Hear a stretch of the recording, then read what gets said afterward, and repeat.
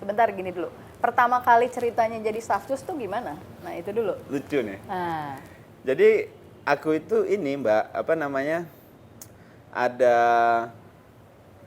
event waktu itu stand up comedy. Aku kan sebenarnya pelawak Mbak, oh gitu. politik ini hobi, iya kan? Nah, jadinya makanya di politik kadang-kadang ngelawak kan, akhirnya orang kesel gitu loh. Nah jadi waktu itu aku lagi di Sumbar, ada tawaran ngerosting. Ngerosting Mbak Yasmin pasti paham lah ya. Ya iyalah. Ngata-ngatain gitu Bukannya ya. aku sekarang agak mencoba roasting tapi gagal gitu. Nge-roasting nih, tau nggak yang di-roasting siapa? Siapa tuh? Mas Kaisang dan Mas Gibran. Oh gitu. Iya, Oh. eventnya bikin waktu Majelis Lucu Indonesia. Itu memang sebuah kelompok stand up comedy lah ya, perusahaan stand up comedy. Dan Mbak Yasmin tahu line up yang nge-roasting siapa-siapa aja? Ada 7 orang tukang roasting. Roastingnya, kalau aku sebut namanya mungkin teman-teman tahu ya, Coki, Muslim, Rispo, Rigen, Dono, Abdul, Faldo. 6 ini Mbak juara stand up comedy. Satu ini politisi kalah pilpres, kalah pileg, ya kan? Hah. Datanglah kita ke situ. Saya tanya MLB, lu ngundang gue kenapa? Lu pengen bikin gue jadi paling jelek ya di sini? Saya bilang kan, enggak, ini permintaannya Mas. Akhirnya di situ aku kenalan sama Mas Kaisang dan Mas Gibran. Ya, membayangkan nih Mbak ngerosting anak presiden. Jadi aku ngerosting di depan pas pampres, Bos. Mbak tahu sendiri mukanya kayak apa ngeliat ayo kan, ngeliat aku waktu itu. Tapi ya di situ aku akhirnya kenal sama Mas Kaisang sama Mas Gibran. Ya banyak lah, kenal baru terkoneksi. Sebenarnya mereka tuh juga apa ya? Mas Kaisang ngomong gini, lu tuh di PAN aja gue pasti dukung, Mas. Apalagi lu di PSI kata dia. Ya, sesama yang muda nih kata dia. Udah tuh. Terus aku balik lagi ke Sumbar dong, karena kan mencoba peruntungan nih, mulai dari minus melawan 500.000 suara PAN untuk dapat tiket. Sebenarnya di Sumbar itu kita dapat 5% kok votes apanya surveinya, nomor 4 lah. Pakai PSI loh Mbak, Iya. pakai PSI. Kalau mau dapat tiket waktu itu Pak, aku harus pindah partai lagi. Wah aku udah nggak kuat deh. Luka orang aku keluar dari PAN ke PSI aja masih kebuka gitu. Malah aku timpe lagi dengan luka baru gitu kan. Berarti Enggak deh. nggak mau beli. Nggak mau pindah. Tawarannya ke partai warna kuning waktu itu. Ya kan? Nah, itu habis itu mendarat sini, tiba-tiba di WA sama Mas Kaisang. Mas Kaisang nanya, WA gini, Mas Waldo dicariin. Saya nggak ada komunikasi, maksudnya nggak caper-caper juga kita. Tahu anak presiden, nggak berani kita, bos, takut kita, gitu kan. Ya kan? Terus tiba-tiba dia bilang, Mas Waldo dicariin, kata dia. Cariin siapa, Mas? Dia bilang. Orang istana kata dia. Aduh, apa salah gua dalam hati kan gitu. Kan kalau dicari istana kan agak gimana gitu. Nah, akhirnya habis itu dia bilang, "Tolong dipertimbangkan ya, Mas, kalau bisa diterima," kata dia. Permintaanku kata dia.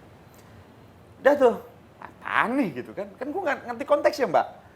Tiba-tiba Om Giring telepon. Bro, katanya. Kan kita bro nih. Iya, bro and Siap, Ketum, gitu kan. Apa perintah, gitu kan. Gaya-gaya PAN masih ada nih. Arahan kan dah. Mati kan dah Dinda ini gitu kan. Bro, ini ada kabar baik gitu. Gue dikontak sama Pak Tik. Kayaknya ada apa tawaran gitu dari Pak Tik buat lu gitu kata dia kan. Wah, tawarannya apa bang? Ya kayaknya jubil-jubil gitulah kata kayak gitu kan. Anak-anak tuh santai banget gitu loh mbak. Karena kan nggak ada logiknya. Kalau saya PSI yang diminta nggak mungkin lah nama aku lah. Aku orang baru lah. Ya kan? Terus habis itu, udah nih. Ya kan? Tiba-tiba Pak Tik WA. Setelah, oke bang bismillah lah gitu kan. Demi tidak jadi pengangguran dalam hati kan ngomong gitu. Kalah caleg, kalah pilpres ya Allah. Ya kan? Nggak jadi nyagup gitu ya? Nggak jadi nyagup pula, mungkin udah ditaruh di mana gitu kan, pindah partai. Partainya tidak lolos threshold pula kan. Ya akhirnya ya itu, si Patik ngontak, Bro Faldo, salam sehat, saya Pratikno, kapan bisa bicara, gitu.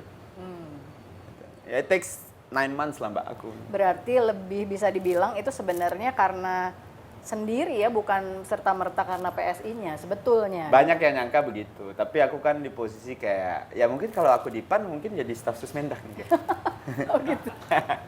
Mungkin, kalau masih dianggap. Tapi intinya sih, ya aku sama Pak Zul tetap hormat gitu. Aku sama Pak Amin tetap hormat, sama PSI aku tetap hormat gitu. Aku tetap merasa kayak sampai di sini itu nggak sendiri juga. ada bantuan teman-teman, dorongan dari banyak pihak, ya orang tua juga. Mbak Yasmin bayangin aja, mak bapak saya perasaannya kayak apa. Saya tuh pindah PSI Mbak, 2 minggu nggak disapa bapak saya Mbak. Oh gitu? Iya, karena bapak ibu saya tuh keluar dari musola itu, kayak di doorstop gitu sama warga gitu loh. Kenapa Valdo pindah? Kenapa Valdo pindah dari PSI gitu loh. Kenapa Valdo pindah ke PSI gitu. Ya, jadi bapak saya itu 2 minggu nggak nyapa. Emak saya udah, aduh ampun bang. Dulu jadi hero di Sumbar, tiba-tiba dimarah-marahin sama semua orang. Tapi waktu itu aku bilang, ketika aku kampanye di Sumbar, aku juga bilang, nggak apa-apa, marah aja nggak apa-apa. Nanti waktu yang akan buktiin gitu. Dan sampai ke sini hari ini, pada akhirnya mereka percaya, oh benar juga nih si Valdo. Jadi dalam politik aku yakini, mungkin nggak semuanya harus dijawab sekarang, Mbak.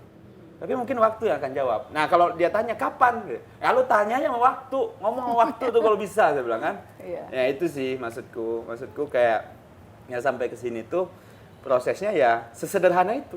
Karena stand up comedy, Bos. Makanya Bukan sekarang karena dia, pertemuan politik. sekarang jadi Valdo semi-semi lagi stand up comedy sebetulnya. Iya, karena kan sebenarnya politik tuh lucu, Mbak, sebenarnya. Dan memang kan stand up komedian tuh banyak yang pakai politik sebagai jokes-nya kan. Nah, kita politisi, kita tahu isinya. Lebih Kita tahu gampang. prosesnya. Kenapa nggak kita pakai?